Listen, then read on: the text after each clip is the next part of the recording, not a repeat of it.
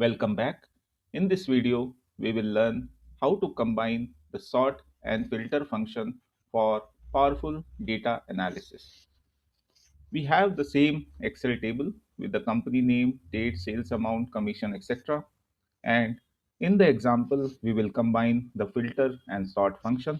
In this example, we want to filter the sales which are greater than $5,000 and arrange them in descending order. So let us first filter the data. So to filter the data, we'll type is equal to filter, bracket open. Then we have to select the array. So we'll select the entire range, comma. The second argument is include. So include the data if the sales is greater than 5,000. So we'll select the data in the column, the sales amount, and then the greater than sign and link it to 5,000. So the data will be filtered if the sales amount is greater than 5,000. So this is how we can use the filter function. Now we need to sort this data in a descending order. So we'll use the sort function. So before the filter function, we will use the sort function. So we'll type is equal to sort, bracket open. The array, which is the first argument, is the filter function.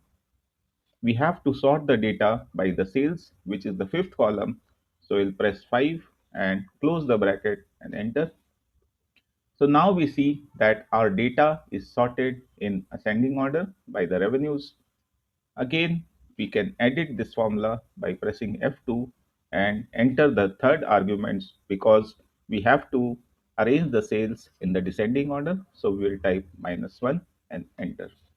So now the sales data is arranged in descending order. So this is how we can use the sort and filter function together. Let's see what happens if we change the data. So if I change the data over here from 5,436 to 50,000, press enter.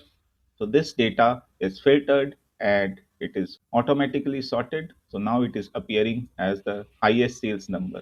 So this is how we can use the sort and filter function together for powerful data analysis. Thank you.